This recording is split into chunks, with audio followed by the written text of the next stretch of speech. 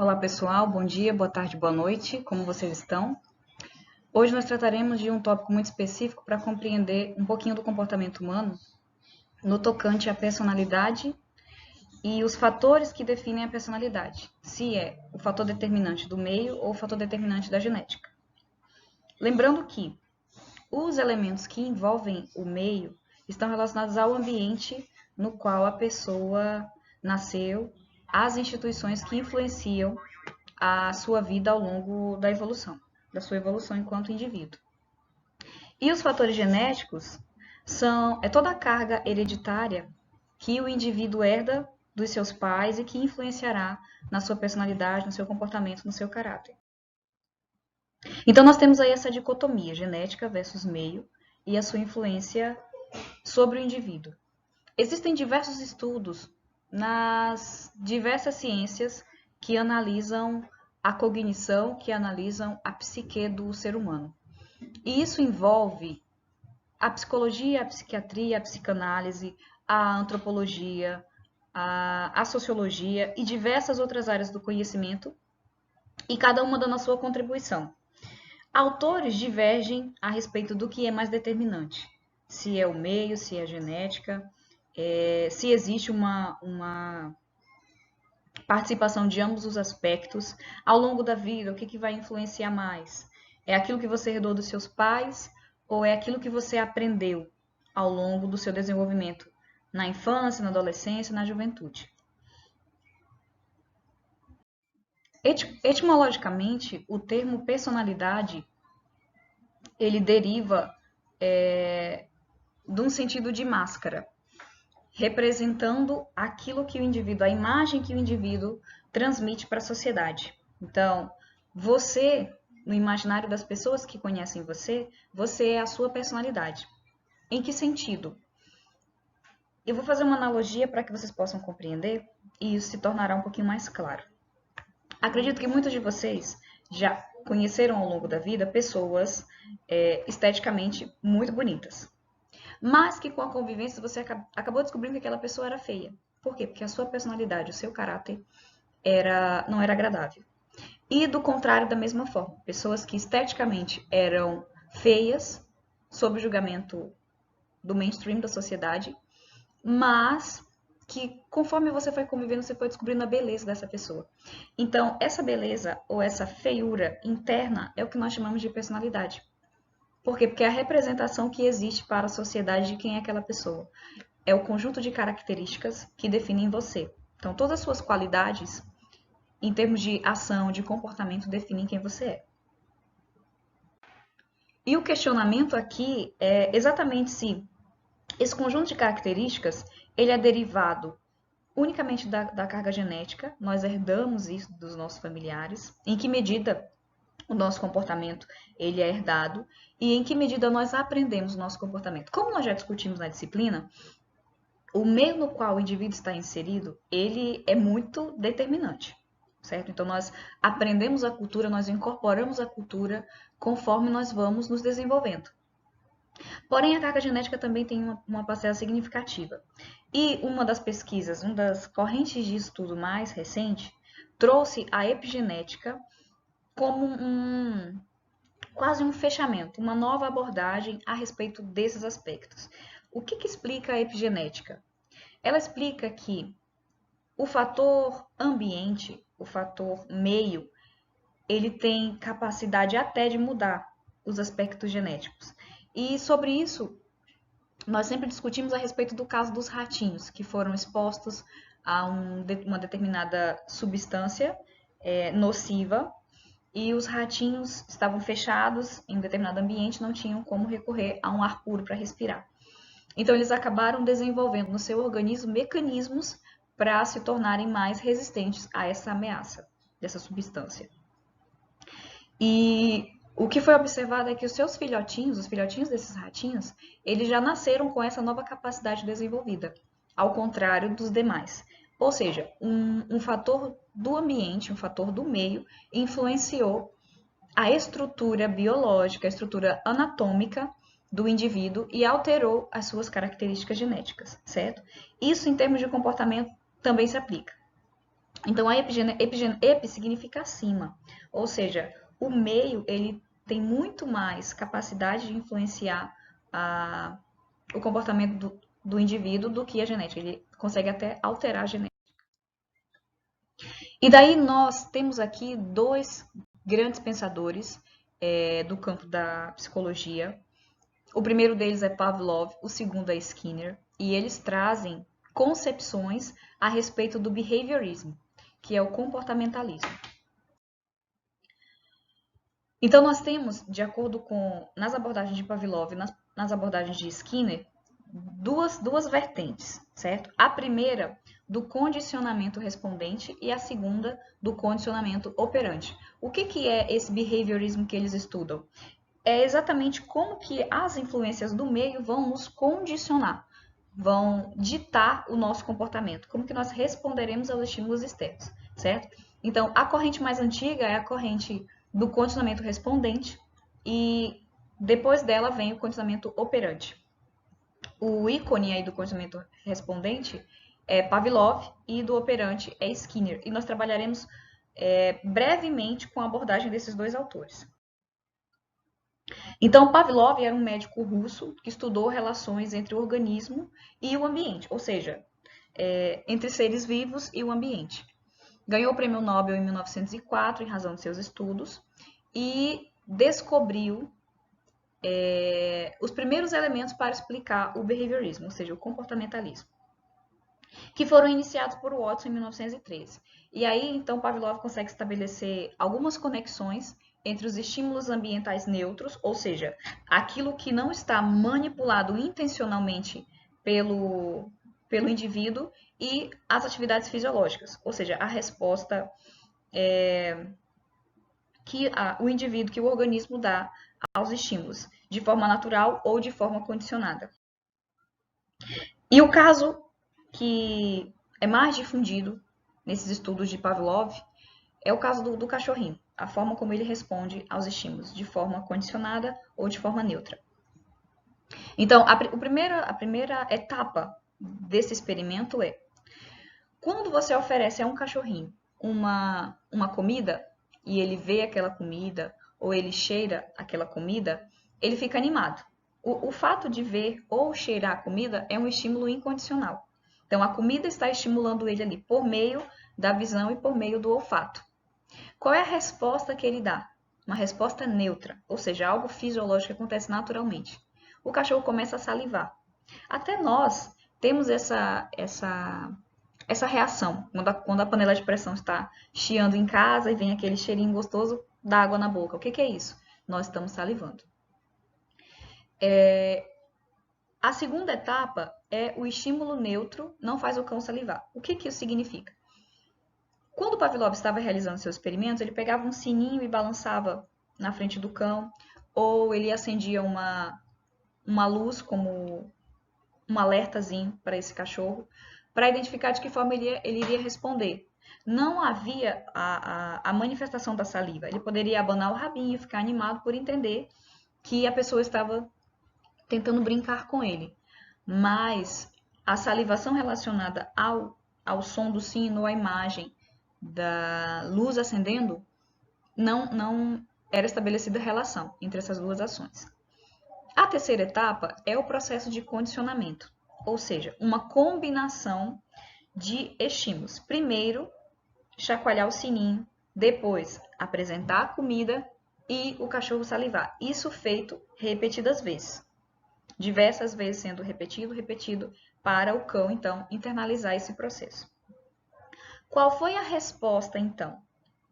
No final de tudo, ao ouvir o som do sino, o cão salivava.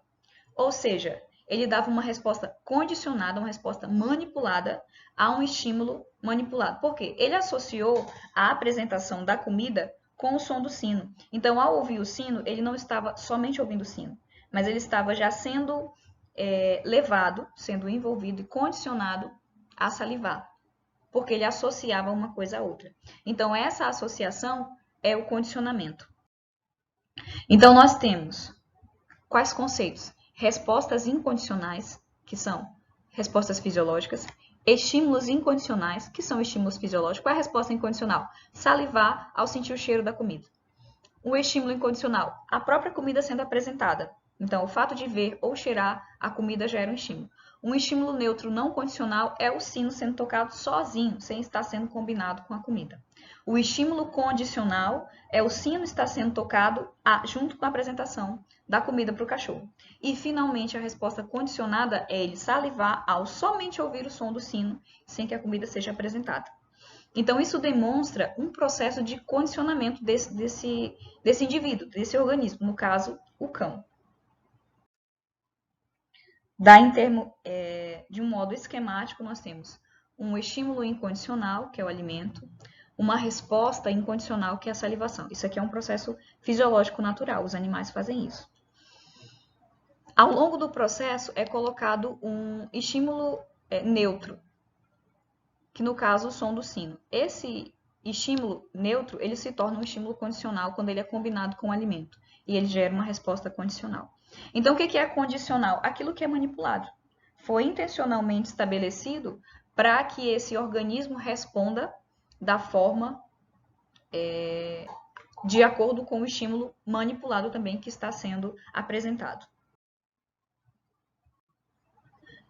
E então entra um elemento muito importante de diferenciação entre o condicionamento respondente e o condicionamento operante. Qual a diferença entre essas duas vertentes?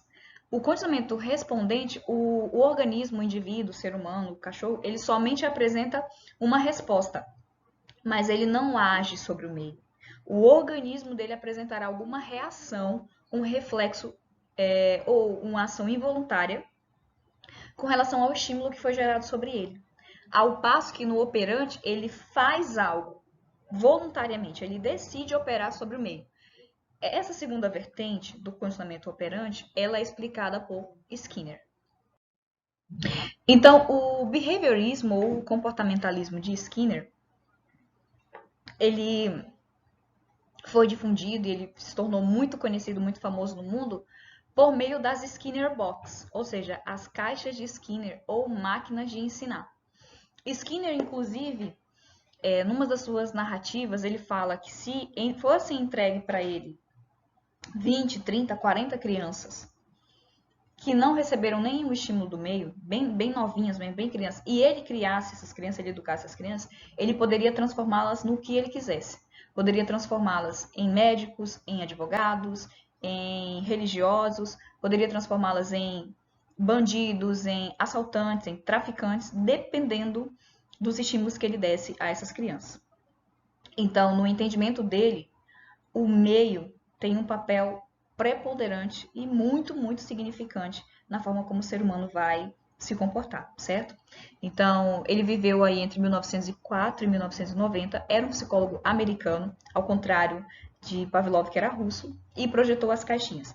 É interessante nós fazermos uma observação nesse tópico, que está bem relacionada com essa questão do behaviorismo. A psicologia, assim como muitas outras áreas, como a logística, as tecnologias mais variadas, elas se desenvolvem muito durante o período de guerra. As guerras, elas são assim um motor, um potencializador do desenvolvimento de algumas ciências. Foram e ainda são. O próprio micro-ondas. O micro-ondas ele foi criado como uma arma de guerra para cozinhar mesmo os seres humanos. E acabou sendo adaptado, foi identificado que era muito, muito, muito absurda a capacidade dele, a capacidade legiferante, né, de guerra, o poder de guerra dele. E ele acabou sendo adaptado para as nossas cozinhas. Mas assim, qual é a origem desses estudos? Um grande motor, pode observar que nós estamos aí, durante esses estudos, num período de guerra, certo? A sociedade sai do que foi chamado de Belle Époque, que é aquela fase de vida feliz, né? O estilo americano de vida. E o que se percebeu? Que a sociedade, que a humanidade foi caminhando para uma fase de guerra. Qual a relação disso com a nossa disciplina? Durante aquele período, a psicologia estava muito preocupada, muito dedicada a entender como que poderia haver o condicionamento em favor da guerra. Darei o exemplo novamente de cachorrinhos. Os cachorros, eles foram trabalhados, foram condicionados a serem soldados. Soldados, até nós podemos estabelecer um paralelo com os terroristas. Então, o que eles faziam com os cachorrinhos? Eles condicionavam os cachorrinhos a se alimentarem debaixo do tanque de guerra. Então, lá estava o tanque, gigante, colocavam a ração embaixo do tanque e o cachorrinho ia lá comer. Isso foi feito repetidamente, assim como o cão no experimento de Pavlov. Durante um confronto, o que eles faziam? Lá vinha o tanque de guerra inimigo. Eles enchiam o cachorro, né, ao redor do cachorro, de explosivos, deixava o cachorro com muita fome e colocava ele para ir de encontro ao tanque de guerra. Como ele estava condicionado a se alimentar debaixo do tanque de guerra, o que acontecia? Ele corria para debaixo do tanque de guerra e lá embaixo ele explodia cachorro, com tanque, com tudo. Então, foi um condicionamento estudado e operacionalizado como estratégia de guerra. Então, voltando à questão dos experimentos de Skinner. Aqui nós temos a Skinner Box, que é a caixinha de Skinner. Ele programou aqui alguns estímulos, então vocês podem ver aí. Luzes sinalizadoras, né, vermelha, vou riscando aqui para facilitar. Uma luz vermelha aqui, uma luz azul. Essa luz, cada luz dessa tinha uma função específica. Então, se acendesse a luz vermelha, era para apertar o pedal. Se acendesse a luz azul, era para ficar quietinho. Algo assim. Aqui nós temos o alto-falante, por onde ele se comunicava com o ratinho, com a sua cobaia. O tubo armazenador para conduzir os grãos, certo? Que estão aqui dentro desse recipiente. O copo para comida, ou seja, para a comida ser direcionada ao ratinho. E a grade eletrificada, ligada aqui, ó, a grade, ligada por esse fio gerador de choques. Então, nós temos aqui um estímulo, ou seja, ele ouvir a voz do seu estimulador, no caso Skinner, as luzinhas também, como estímulo, a resposta que ele daria por meio do pedal, o comportamento dele, a reação dele, e 2 tipos de recompensa. Uma recompensa boa, tá? É o que nós chamamos de reforço positivo. A sementinha, os grãos. E o fio gerador de choque. É o que nós chamamos de reforço negativo. Reforço positivo e reforço negativo não por ser algo bom ou ser algo ruim. Mas em qual sentido? No sentido de incentivar um comportamento para que ele tenha continuidade ou de bloquear esse comportamento, para que ele seja encerrado. Então, por exemplo, se Skinner acendesse a luz vermelha, ele queria que o ratinho apertasse o pedalzinho aqui, girasse o pedalzinho. Se ele fizesse isso, ele daria um grãozinho para ele se alimentar. Se ele não fizesse, ele iria ligar a grade eletrificada para o ratinho levar choque. Então, ao liberar o grão, ele está reforçando esse comportamento com um reforço positivo, ele está incentivando para que ele aperte o pedal. Se ele apertar o pedal sem ser chamado, ele vai levar choque também, ou seja, um reforço negativo que está desestimulando a continuidade desse comportamento. Então, o comportamento humano, especialmente o comportamento humano, ele tem causas diversas, certo? Uma resposta não é causada por um único estímulo. E também os estímulos provocam respostas diferentes em indivíduos diferentes. Antes de tratar um pouquinho disso aqui, eu farei com vocês alusão ao caso das crianças. Nós trabalhamos lá no caso da Beth, as reações que a Beth apresentou ao estímulo que ela recebeu. Estímulo, no caso, as agressões, a violência que ela sofreu e a forma como ela respondeu a isso. A Beth era uma criança carente, uma criança agressiva, uma criança ferida, uma criança com uma série de características negativas, fruto do estímulo que ela recebeu quando era muito pequenininha. certo? Transportando isso para a nossa realidade. Imaginem uma criança muito carente, uma criança indisciplinada que a todo momento procura receber a atenção dos adultos, das pessoas que estão ao redor. Então, é uma criança que procura adotar determinadas posturas, determinados comportamentos que farão com que ela receba a atenção dos adultos que estão ao redor. Daí imagine a seguinte situação. Você está numa reunião, na sala da sua casa, você está com visitas, e o seu filho ou a sua filha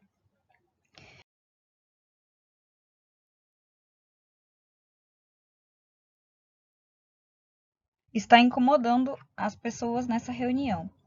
Então, digamos que uma mulher está com uma determinada bolsa e o seu filho vai e fica puxando essa bolsa ou mexendo no celular, passando ali pela frente. Daí você vai dar um tabefe, um cascudo, né, na criança. Daí todo mundo vai olhar para a criança e vai dizer: ô, tadinho, não faz isso.